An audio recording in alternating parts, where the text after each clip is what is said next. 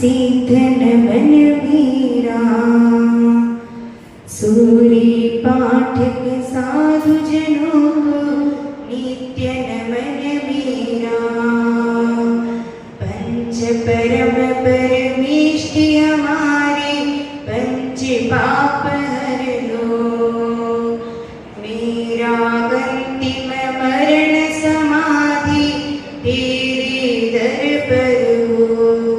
जय बोलो पंच परमेष्टि भगवान की, जय बोलो देवादि देवी कदरण श्री आदिनाथ भगवान की, जय बोलो मुल्लायक महावीर स्वामी भगवान की, जय बोलो परम पूज्य आचार्य मुंशी आदि सार्वजन महावीर नीति जी विमल सागर जी सरस्वती सागर जी गुरुदेव की, जय बोलो परम पूज्य आचार्य श्री बसवनंदी जी गुरुदेव की, जय बोलो परम पूज्य आचार्य श्री कर्म विजय नंदी जी गुरुदेव की। पूज्य आचार्य भगवान के चरणों में त्रय बार प्रकार नमस्ते करते हुए चार पंक्तियां। सुंदर सागर गुरुवर कीते निभो निभाओ जी, सन्मति सागर गुरुवर कीते तपो तपाओ जी, गुरु आज्ञा को शिरो धारणा आत्महित करो मेरा अंतिम मरण समाधि तेरे दर पर हो मेरा अंतिम मरण समाधि तेरे दर पर हो। जय बोलो परम पूज्य दिव्य तपस्वी वात्सल्य सम्राट आचार्य मुंशी सुंदर सागर जी गुरुदेव की जयकारा गुरुदेव का। जय बोलो परम पूज्य श्री लक्ष्मी विशंकर सागर जी गुरुदेव की, जय बोलो परम पूज्य श्री लक्ष्मी जयमंगल नंदी जी गुरुदेव की, जय बोलो उत्तम तप धर्म की, जय बोलो घाटश्याम जी वाणी माता की जय। धर्म प्रेमी बंधुओं, आज उत्तम तप धर्म का दिन है। पर्युषण पर्व का 7वां दिन तप धर्म का दिन। तप का मतलब क्या होता है? तप का मतलब होता है कि जिसके माध्यम से पदार्थ को शुद्ध किया जाता है, आत्मा को शुद्ध किया जाता है, उसे कहते हैं तप। आचार्य भगवान उमा स्वामी महाराज कहते हैं कि तपसा निर्जरा चलो। तप से ही क्या होती है? कर्मों की निर्जरा होती है। इच्छा निरोधा तप, एक ये डेफिनेशन भी आती है, इच्छाओं का रोकना ही तप है। व्यक्ति के जीवन में अनंत इच्छाएं होती हैं, उसकी एक इच्छा की पूर्ति होती है, दूसरी इच्छा तुरंत जागृत हो जाती है। कहते आचार्य विनोबा भावे ने कहा है कि सूत्र दिया है कि जब मनुष्य में से इच्छाओं का माइनस कर दिया जाए तो व्यक्ति क्या बन जाए? ईश्वर बन जाता है। व्यक्ति की जीवन समाप्त हो जाता है, लेकिन उसकी इच्छाएं कभी खत्म नहीं होती है। आज का दिन क्या करने का दिन है? तपने का दिन है, तप कर चमकने का दिन है। और चमक कर क्या है? अपनी आत्मा को निखारने का दिन है। एक कुम्हार भी जब घड़ा बनाता है तो क्या करता है? उसको पहले अग्नि में तपाता है, उसके बाद ही वो क्या होता है? पकता है। इसलिए जो तपता है वही पकता है। कहते हैं, मैं ये कह रही हूं कि आप साधु बनकर की तपस्या मत करो, क्योंकि साधु बनना तो बहुत ही पुण्य का काम, मतलब बहुत पुण्य होने से ही आप साधु बन पाते हो। आप घर में रहकर भी तपस्या कर सकते हो, घर को ही अपनी तपस्थली बना सकते हो और खुद अपने आप को भी तपस्वी बना सकते हो। जंगलों में तपस्या करने की कोई जरूरत नहीं, क्योंकि एकांत वन की नहीं, एकांत मन की आवश्यकता होती है। अगर जंगलों में तपस्या होती तो जंगल के जितने भी जंगली जानवर है वो क्या कहलाते? तपस्वी कहलाते हैं। भरत चक्रवर्ती का नाम सुना है आपने? सुना है ना? उनके पास में क्या था? 56,000 रानियां थी और 6 खंड के वो क्या थे? अधिपति थे। और वो क्या घर में रहकर के उनको क्या कहा जाता था? घर में बैरागी। वो घर में ही रहकर के तपस्या करते थे, वो कहीं और नहीं गए, घर में ही उन्होंने तपस्या की। इसलिए अगर आप भी अपने घर में रह रहे हो तो उस तरह से रहो जिस तरह से कीचड़ में कमल निर्लिप्त रहता है। कीचड़ में कमल रहता है तो कैसा रहता है, ऊपर उठा हुआ रहता है ना उससे। उसी तरह से आप भी घर में रहो तो घर की सुख सुविधाओं से, धन संपदा से ऊपर उठ करके रहो, मोह माया से बच करके रहो। आचार्य भगवान पूज्यपाद स्वामी ने इष्टोपदेश ग्रंथ में बहुत ही अच्छी सुंदर गाथा बताई है। वपुर्ग्रहं धनदारा पुत्रा मित्राणि शत्रव सर्वधान्य स्वभावानि मूढ़ः स्वानि प्रपद्यते। वपु, वपु मतलब क्या होता है, शरीर। ग्रह मतलब होता है घर। वपुर ग्रहम धन दारा, धन धन मतलब धन संपदा, दारा मतलब होता है पत्नी। पुत्रा मित्राणि शत्रु, पुत्र मित्र शत्रु मतलब इस संसार के अंदर जो शरीर है, पुत्र है, मित्र है, शत्रु है, पत्नी है, ये सब क्या है, हमारी सर्वधान्य स्वभाव, ये सब हमारी आत्मा से अन्य स्वभाव वाले हैं। इनसा आत्मा से हमारा कोई संबंध नहीं है। ये सब रिश्ते हमारे यहाँ पर आकर के बने हैं। पहले सब अलग अलग कहाँ थे कोई पता नहीं, यहाँ पर आकर अपने रिश्ते बन गए। ये सब अपनी आत्मा से अन्य स्वभाव वाले हैं। लेकिन जो मोही मूढ़ः स्वानि प्रपद्यते मतलब जो मोही प्राणी होता है वो इन्हें अपना मानता है। ये सब जितनी भी आपको जो ये सब चीजें दिखी है ना, जो पुत्र मित्र शत्रु, ये सब तो आपको प्रत्यक्ष में दिख ही रहे, लेकिन जो ये शरीर है आपको क्या दिखता है, आपको शरीर अपना है, यही मानते हो ना कि ये शरीर हमारा है। लेकिन ये शरीर भी जब मृत्यु होती है तो ये शरीर भी अपना यहाँ साथ छोड़ करके चला जाता है, मतलब मिट्टी में मिल जाता है। सिर्फ हमारी आत्मा ही हमारे साथ में आती है। आचार्य भगवान उमा स्वामी महाराज ने तत्व सूत्र में तप के 12 भेद बताए हैं, अंतरंग तप और बहिरंग तप। अंतरंग तप कितने होते हैं, 6, और बहिरंग तप भी होते हैं 6। अंतरंग तप में पहला आता है प्रायश्चित। प्रायश्चित मतलब क्या होता है, प्रायश्चित मतलब जो भी दोष है, अपन जो भी गलतियां करते हैं उन गलतियों की शुद्धि के लिए भगवान के सामने उन दोषों की शुद्धि का निराकरण किया जाता है। भगवान के सामने प्रायश्चित करते हैं। ये भी हमारा क्या है, तप है। प्रायश्चित अंतरंग तप में आता है। अंतरंग से अपने को होना चाहिए कि ये मैंने गलती की है और मुझे भगवान से या गुरु से क्षमा याचना करनी है। प्रायश्चित के बाद आता है विनय। विनय मतलब अपने से जो भी बड़ा हो, अपने से कोई भी गुणी हो, उनका क्या करना, आदर सत्कार करना, सच्चे देव शास्त्र गुरु की विनय करना, और अपने से कोई भी बड़ा हो उन सबकी विनय करना। ये भी सेकेंड नंबर का विनय नाम का तप है। फिर आता है थर्ड नंबर का वैयावृत्ति। प्रायश्चित, विनय और वैयावृत्ति। वैयावृत्ति मतलब क्या होता है, वैयावृत्ति मतलब अपने से जो भी साधक हैं, दिगंबर संत हैं, उनकी क्या करना, सेवा करना, उनकी तन मन धन से सेवा करना। कहते हैं कि निश्चिदिन भैया वृत्ति करैया सोनी जीव नीर तिरैया। निश्चिदिन भैया वृत्ति करैया। आपके यहाँ पे चातुर्मास चल रहा है ना, महाराज जी का चातुर्मास चल रहा है, तो आपका कर्तव्य बनता है कि आप उनकी क्या करो, रोज वैयावृत्ति करो, क्योंकि वैयावृत्ति को भी एक तप में गिना है। जो निश्चित वैयावृत्ति करता है, जो रोज वैयावृत्ति करता है साधु संतों की, वो कभी ना एक तो क्या इस भव सागर से तीर ही जाएगा। फिर आता है चौथे नंबर का स्वाध्याय। स्वाध्याय परम तप कहा गया है। स्वाध्याय करना अपनी आत्मा का चिंतन करना होता है। जो इंसान स्वाध्याय से क्या होता है, वो अपने से पर को अलग करता है, मतलब निज में निज को वो ढूंढा करता है, वही स्वाध्याय करता है। 5वें नंबर का आता है विसर्ग। विसर्ग का मतलब क्या होता है, अपनी शरीर से ममता परिणाम को छोड़ना। अंतरंग से तो क्या करना है, शरीर से ममत्व परिणाम को छोड़ना है, और बहिरंग से बाहरी और अंतरंग परिग्रह को छोड़ना है। विसर्ग में एक गाथा है बहुत अच्छी कि अगर आप शरीर के प्रति उपकार करोगे तो आपका आत्मा का तो उपकार नहीं होगा, अपकार होगा।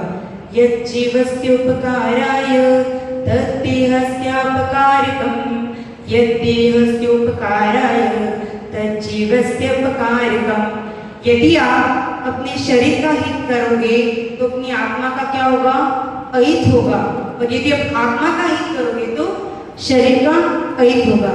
लेकिन जो शरीर को कष्ट देने वाली क्रियाएं मतलब तब आती है, उसको कर करके हम अपनी आत्मा को क्या बना सकते हैं? सोना बना सकते हैं, कुंदन बना सकते हैं। ये आत्मा आपको जो ये मनुष्य पर्याय मिली है, ये बहुत दुर्लभता से मिली है। इसमें आपको तब इसी पर्याय में आप कर सकते हो।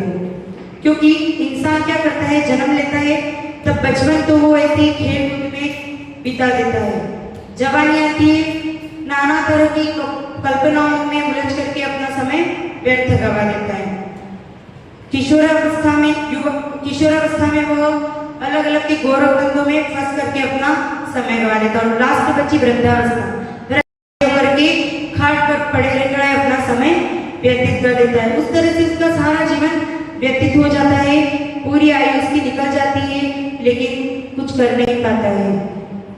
जैसे पहाड़ से गिरने वाली नदी होती है, जो उसका पानी बहता है तो वापस ऊपर नहीं जाता है, उसी तरह से आपका समय भी क्या हो रहा है? धीरे धीरे व्यतीत हो रहा है। तो ये समय वापस आने वाला नहीं है। एक बार जो समय गया वापस नहीं आएगा। विसर्ग के बाद था लास्ट 6 नंबर का ध्यान। ध्यान मतलब आत्मा का चित्त की चंचलता को रोकना, किसी एक विषय पर अपने चित्त को एकाग्र करना। ध्यान देखो, आप ध्यान किसी भी कर सकते हो। कोई ले लो, जैसे वो अनंत दर्शन स्वरूपोहम, अनंत ज्ञान। हमारी आत्मा का अनंत दर्शन भी हमारी आत्मा में, अनंत ज्ञान भी है, अनंत सुख भी है, अनंत वीर्य भी है। इस तरह से आप एक किसी सूत्र पर लेकर के आप चिंतन कर सकते हो। ये हो गए 6 अंतरंग तप। अब आते हैं 6 बहिरंग तप। बहिरंग तप में फर्स्ट नंबर में आता है अनशन। अनशन मतलब क्या होता है? चारों प्रकार के आहार और जल का त्याग करना, अपने शरीर की इच्छाओं को रोकना। आचार्य भगवान आदि सागर जी महाराज जी का नाम सुना है? अकलिंग परंपरा के प्रथम आचार्य हैं आचार्य आदि सागर जी महाराज। वो क्या करते थे? 7 दिन, सप्ताह में 7 दिन होते ना, 6 दिन उनका उपवास रहता था और एक दिन 7 दिन में वो एक बार आहार में उतरते थे। और ऐसा उन्होंने अपने जीवन काल में 25 साल तक किया, मतलब मौनी अवस्था में। ऐसी उनकी साधना थी। आचार्य शांति सागर जी महाराज जी का भी नाम सुना होगा, जो 20वीं शताब्दी के प्रथम आचार्य हैं शांति सागर जी महाराज जी। उन्होंने अपने 35 साल के जीवन काल में 25 साल उन्होंने उपवास में बिताए। 33 साल का जीवन काल था, उसमें 25 साल उन्होंने उपवास में बिताए। और जो बाकी के 10 साल थे, उनमें भी उन्होंने सिर्फ पानी और दूध और ये सब लेकर के ही अपना जीवन व्यतीत किया।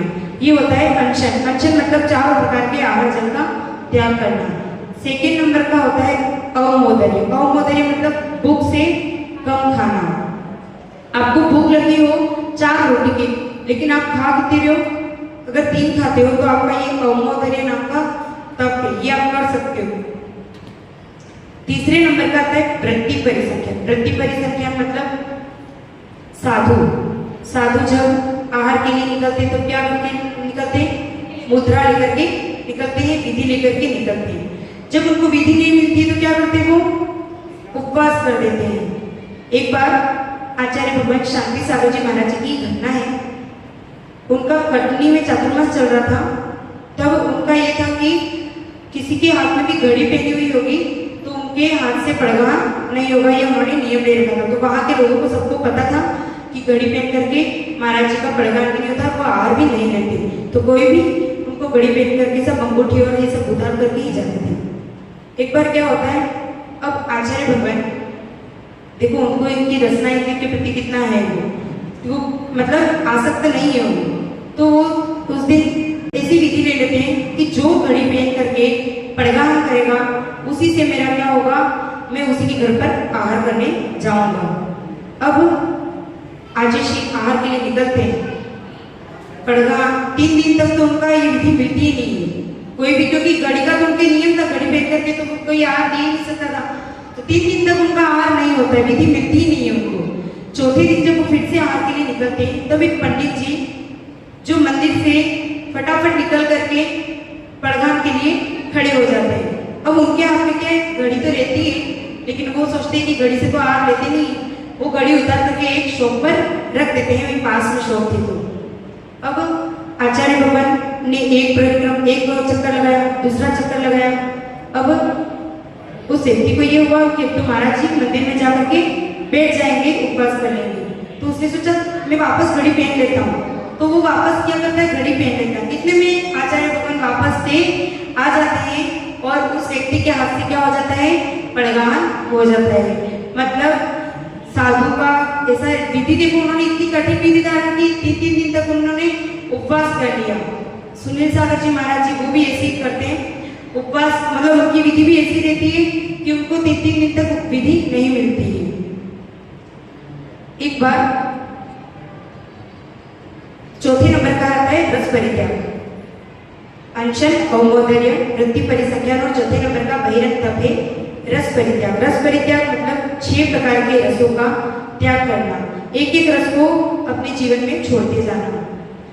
देखो आचार्य भगवान सन्मति सागर जी महाराज जी, सन्मति सागर जी महाराज जी ने अपने जीवन में जब 18 साल की आयु थी उनकी, और जब उन्होंने आजीवन ब्रह्मचार्य व्रत लिया था, तब उन्होंने नमक का त्याग कर दिया था। अभी आज की उम्र में किसी 18 साल के बच्चे को बोल दो तो क्या नमक का त्याग कर पाएगा? नमक के बिना तो खाना बस ऐसे ही है, पता ही नहीं बिल्कुल। तो आचार्य भगवान सन्मति सागर जी महाराज जी जब ब्रह्मचार्य अवस्था में उन्होंने जैसे ही नियम लिया, तुरंत नमक का त्याग कर दिया, और जैसे ही उनकी दीक्षा हुई, मीठे का भी त्याग कर दिया, और उनके दूध, घी, तेल, दही, मतलब सब रसों का उन्होंने त्याग कर दिया, और अन्न का भी उन्होंने 1975 से अन्न का भी त्याग कर दिया था। 2003 से उनकी 2010 में समाधि हुई है सन्मति सागर जी महाराज जी की। 2003 से वो सिर्फ मट्ठा और पानी लेकर के अपना जीवन व्यतीत करते थे। उन्होंने शिखर जी की जो वंदना 108 वंदना की, 108, वो भी कंटिन्यू, और हर एक दिन उन्होंने उपवास किया, दूसरे दिन उन्होंने मूंग का पानी, सिर्फ मूंग की दाल का पानी लिया। ऐसे करके उन्होंने लगातार 108 वंदना की। कोई आज कर सकता है क्या? एक दिन उपवास, दूसरे दिन मूंग की दाल का पानी, फिर उपवास, फिर मूंग, और वंदना करनी है, ऐसे नहीं, सिर्फ बैठना नहीं है, वंदना करनी। और आप जानते हो शिखर जी की वंदना कितनी टफ है। और सन्मति सागर जी महाराज जी उन्होंने एक चातुर्मास में 120 दिन का चातुर्मास होता, उन्होंने सिर्फ 17 दिन आहार लिया, सिर्फ 17 दिन, और उत्कृष्ट श्रीनिष्ठित व्रत भी किया है। और आज वो जानते हुए आप सब तपस्वी सम्राट के नाम से जाने जाते हैं। अब आप खाना खाओ और पानी बिना रह सकते हो क्या? खाना खाओ और बिना पानी के रह सकते हो, लेकिन आचार्य भगवान ने रांची में 6 महीने तक पानी का त्याग किया। अब खाना तो खा रहे होंगे वो, लेकिन पानी बिल्कुल नहीं पीते थे। और इटावा में 2 महीने तक उन्होंने पानी नहीं लिया। ये है उनके तप की महिमा।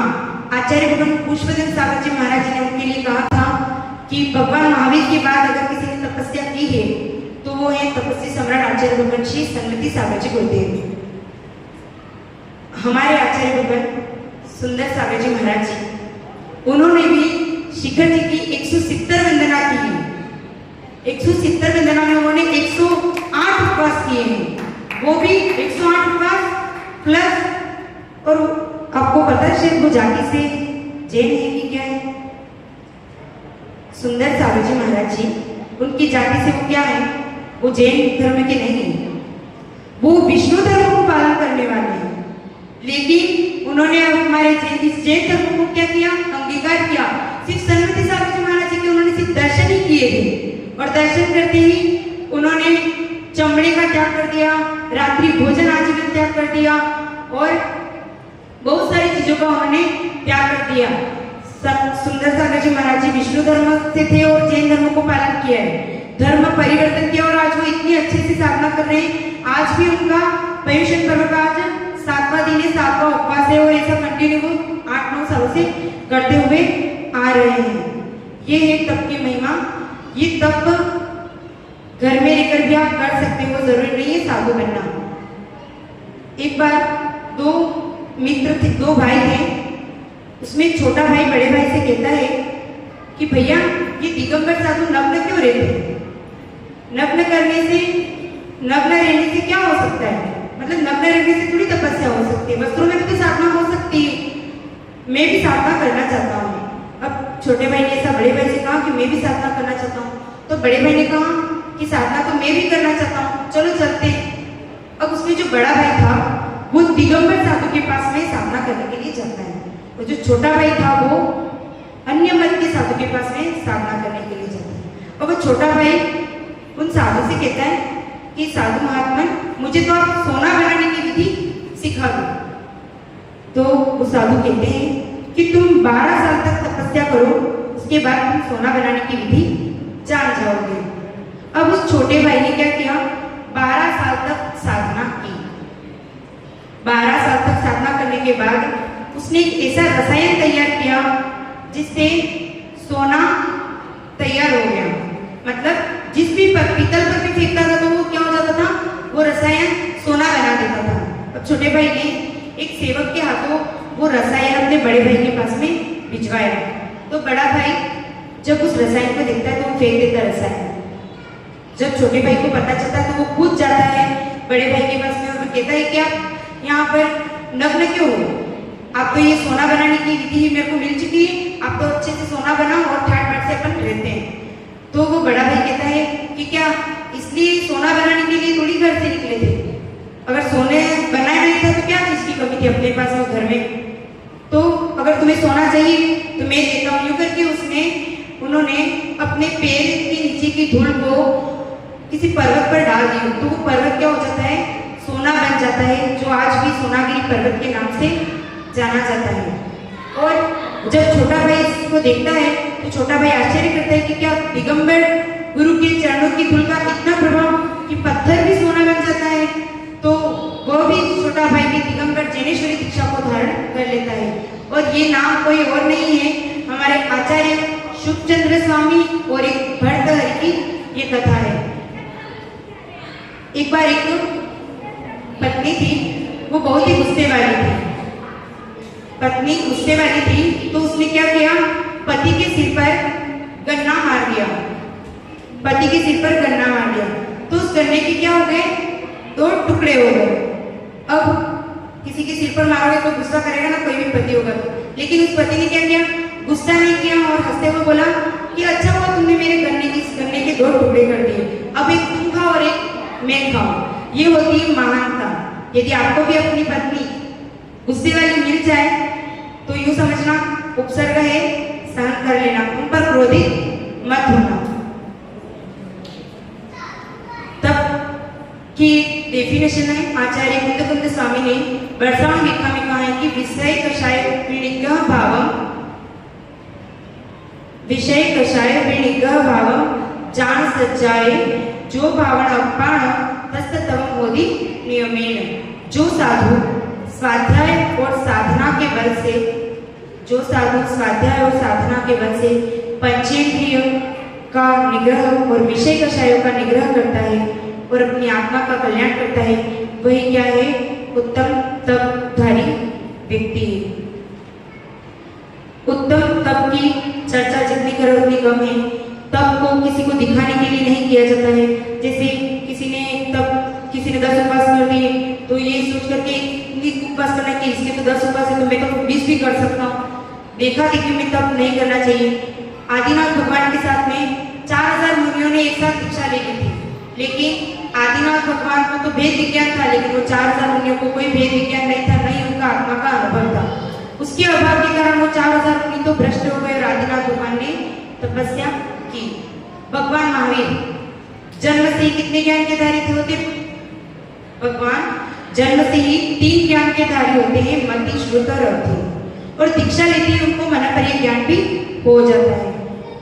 पूरी दुनिया को भी पता चल गया था कि भगवान क्या बनने वाले, महावीर स्वामी क्या बनने वाले हैं, तीर्थंकर बनने वाले हैं। और भगवान महावीर को भी पता था कि मैं मोक्ष जाने वाला हूँ, लेकिन फिर भी उन्होंने क्या किया, 12 साल तक तप किया।